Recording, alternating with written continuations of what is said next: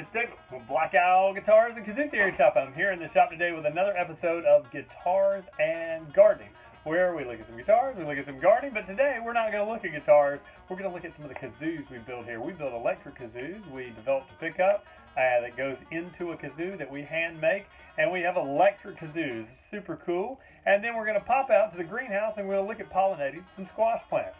Anyway, let's hop right into the kazoos. Our kazoos are made out of hardwoods. It can be made out of a big chunk like this. This is ambrosia maple. It might be made out of a big chunk of black walnut. That's kind of fun. Then sometimes we make it out of what is a product called color wood.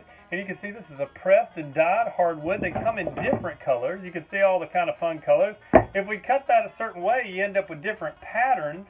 And then we take those pieces and we glue them together into a kazoo that looks a little bit like this. And then once it's shaped, we end up with these fantastic kazoos. We drill them out, insert our hand-wired pickups, we have electric kazoos. So I figured we hop over here on the drill press, drill a few of these out, then we'll hop out to the greenhouse. Let's get going.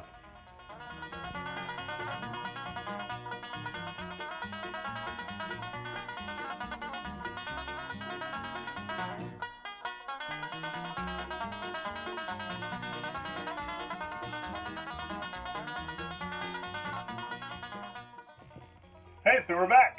We've drilled these out now. Our pickups will fit right down there and slide right down in the holes. They'll be ready to go. We'll get these, we'll put a final sanding on them, put some finish on them, and we will have us some electric kazoos. But let's head on out to the greenhouse and we'll pollinate some squash.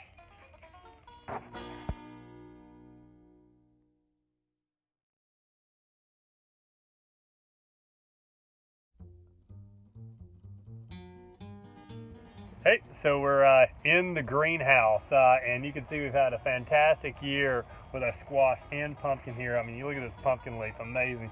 Tons of blossoms back in there. You can see that, you can see all those yellow blossoms in here. And we have male and female blossoms, and sometimes in a greenhouse like this, they don't always get to pollinate properly because I leave the door open and you do get insects, bees and things like that to come in, but not like you would in an open garden. And so we're gonna hop in here and pollinate these by using just some cotton swabs, just some Q-tips, and I'll show you how to take the pollen from the male and put it on the female, and we'll get a better yield on our crops, and very cool. So we don't have blossoms and fruit falling off and just a waste, which would be sad. We want to get as many squash and pumpkins as we can. We'll end up having to thin these a little bit, but a really cool year. But first, I'm going to spin the camera around here, and I want to show you a male versus a female. So here we go. Okay, here we are. You can see all the blossoms back in here, looking fantastic. I'm going to show you the difference between a male and a female. Here we see the male. He does not have any fruit here, nothing at the base, nothing here. And this is base. He will have the pollen inside, and we'll open that up. We'll actually do, this one's already having a little bit of trouble, but we'll hop in there and get one that is open, and we will move the pollen to what over here is a female. And you can see the fruit here at the base of the bloom and the blossom there. And we will pollinate, we open her up and put that pollen inside, and we should be able to get us a pumpkin there. So we're going to give that a try. I'm going to spin it back around and we're going to do some of this. Here we go. All right, here's our male, one of our male blossom. Reach in there, you can see the pollen. I'm just going to hit this with a Q-tip right here, just like that. And you'll see that we grab some pollen, and very nice. I'm going to get just a little more. And then I'm just going to carry this right over to the female, and I'm going to stick it down in there, stir it around.